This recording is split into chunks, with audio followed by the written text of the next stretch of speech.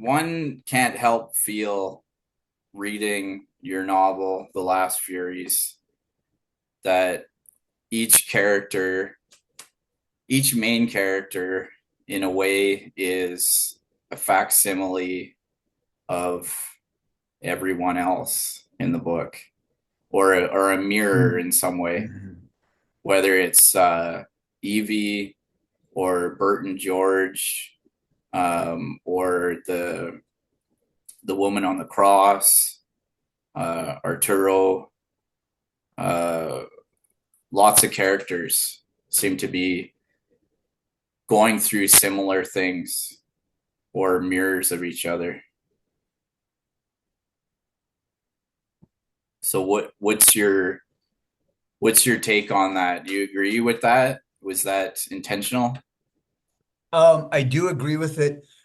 Um, I wouldn't say I would say it's intentional in the sense that I'm aware of it or it wasn't, I'm consciously setting out to do that. But you're absolutely correct in that the entire novel and it's sort of the existential timbre of the novel is really about being in this sort of house of mirrors and multiplicities.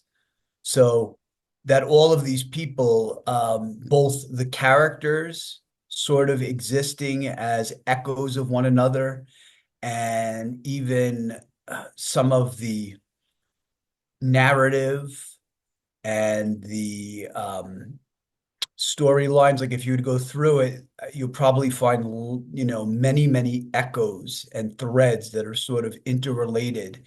And yeah, definitely through the characters.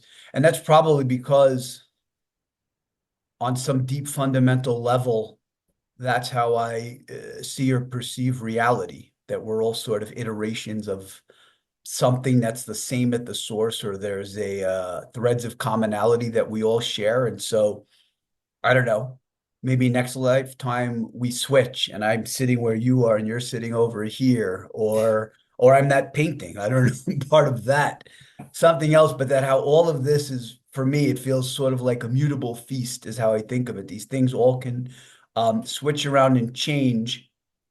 And I think what can be the beautiful thing about that is then we're trying to find what are the commonalities and the common threads and the things that connect us as aspects of existence, including, yes, humans, but including animals, plants, everything else that, holds energy, which is just about everything.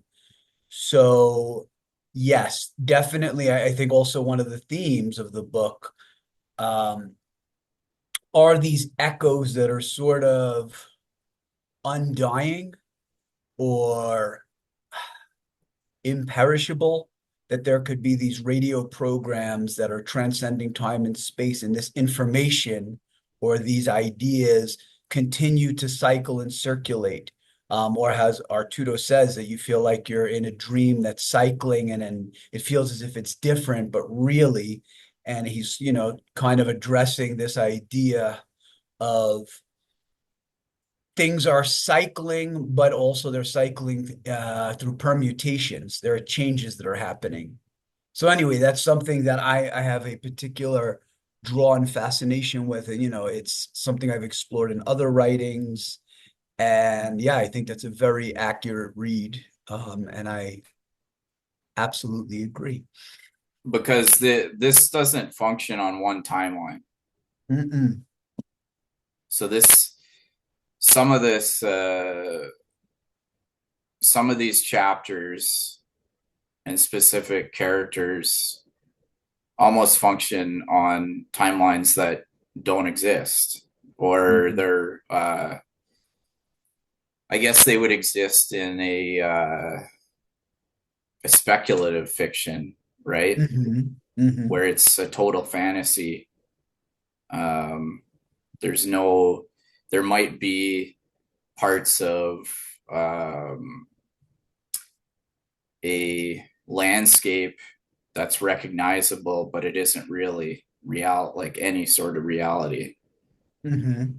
Uh, is that correct? You think? Yes, I think it's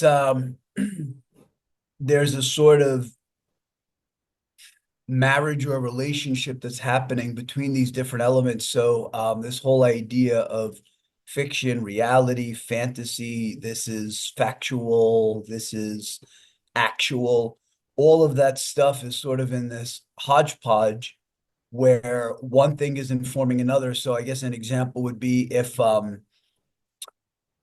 Arturo is lying in bed and he's listening to this radio show and he hears that they're putting on a play about his life. And at one point, there are aspects of it that he's listening to when he's hearing an excerpt from the story. And he's questioning, how come I don't remember? Did that happen to me? Like, did that, and I think that's sort of the investigation into how with memory or anything else, things will be changed and altered based on who is the person that's channeling or creating it. So in the case of Viola writing the play, she's written it in a certain way. And then Evie is the actress, brings it somewhere else. And then the question becomes in reverse. How does the thing that's being created, that's the fiction, affect reality or the reality of someone else? Like it does go into that whole speculative house of mirrors where if it's let's say, well, to put it so simply, Arturo's a ghost. And how would it be if people are creating something from you? Does that have an effect on your ghost life? Like, how do all of these things play off of each other and relate on different levels? The other day, someone asked me, what's the novel about? And I'm like, it's always hard to say. And she's like, oh, you probably have an elevator pitch for it. And I'm like, I said, the elevator pitch is it's a conversation between different levels of consciousness. I mean, that's the simplest way to say it. These are different levels of consciousness that are happening simultaneously, and how do they inform and influence one another? And I don't have the answers to that. For me, it's the investigation. That's why it's fun and exciting to go into it, doing it. Yeah, and I don't want to get into right now because this will be for another time. A question on um, fiction and reality, and sometimes fiction is more real than reality. Mhm. We'll talk about that another time. I know you started touching on it, so I don't want to go too far into that Okay. right now. But for the people that haven't read your book yet, um, and I know this might be difficult to say all the different times, but apart from the sort of fantasy or dream sequences, what other time periods um, are depicted in the book? Um, let's see. So I would say, even if it's not done realistically, or it's like, oh, that's definitely this time period in a historically accurate way, those that would be touched upon, the early, the 1920s, 1930s, or like during the times of vaudeville, like the spirit of that as embodied through, Burton George as a couple of characters and some other sequences are definitely part of it. Um, Contemporary times in that which is happening in real time. There's just like one aspect that's real time that isn't specifically, oh, this is 1995, this is 2003. Let's just call that present, contemporary or real time. Um, Even though, again, it's touched upon a little bit, like, because Arturo, who's based on Arthur Rimbaud, is 19th century, that also would be part of it. But where he's existing is sort of the timeless Bardo realm, like, the in-between state. Um, so yeah, Bardo, 19th century, present time, early 20th century. Um, And some of the Mexican, some of the Mexican aspects of it, the sculptures and that. Those would be Oh the yes, also that's yeah. Which geez, what was that? I think that was also, was it 19th century? I get confused with all of this myself. When I'm in it, it's like different. Now that it's been some yeah. time, yeah, I think that might have been 19th century as well. Um, and it's funny, one quick thing, and I will not go deep into this, but it does. I feel like Last Fury sort of broke me open for a different way of approaching writing fiction or taking that trip. And so the book that follows it, this is an unpublished one with this radio concept. The simplest way to put everything you're saying, it's almost like if I were viewing everything in terms of like a cosmic jukebox or some eternal jukebox. And so the timelines, if the timelines were songs or the episodes were that way, it's like they're all contained together in the jukebox.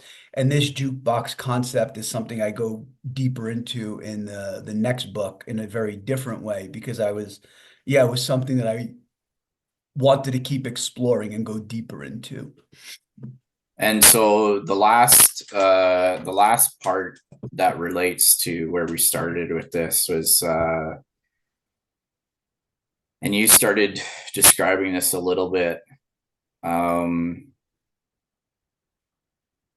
but I think this is something important for me as a reader and just as a human being is to ask the question, well, if these characters are showing that in a way they're mirrors or facsimiles of each other, um, and they transcend lots of different times and races and cultures. Um,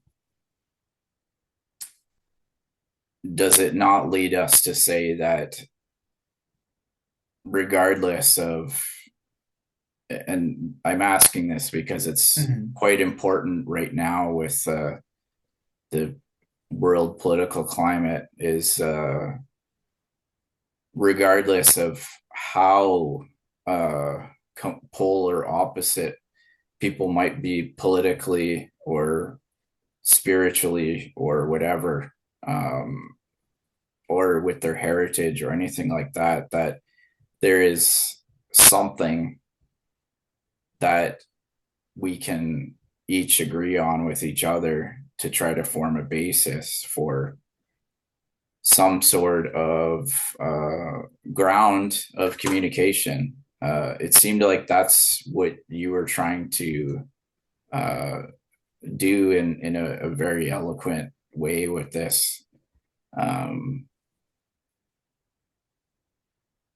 Again, do you feel that's correct in any way? Yes, well, in the sense that I'm always into where people more so than um having a specific intent, which a lot of times I don't. It's really more of a feeling that I follow, and hopefully it can touch on different things, like you just kind of mine that vein, so to speak.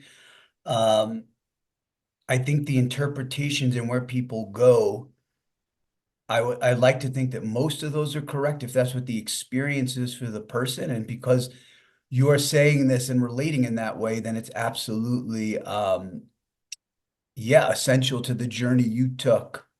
And so am I being mildly evasive in this? Yes, I guess I am. But Well, but not because really because the I know that I know for the most part at least that wasn't your intent writing this. I mean, uh, not many people do that when they're writing fiction. Um, I never start with like a um I definitely never start with a political agenda, and I'm not saying that's what you were inferring. I try to not start with any agenda. I start with really there's like a certain theme or a feeling that I have or an idea, and it happens to as you go deeper into it, I feel like any of these things can touch upon, right? They sort of grow these tendrils or sprout out and can touch upon so many things. And that's what I yeah, love about fiction.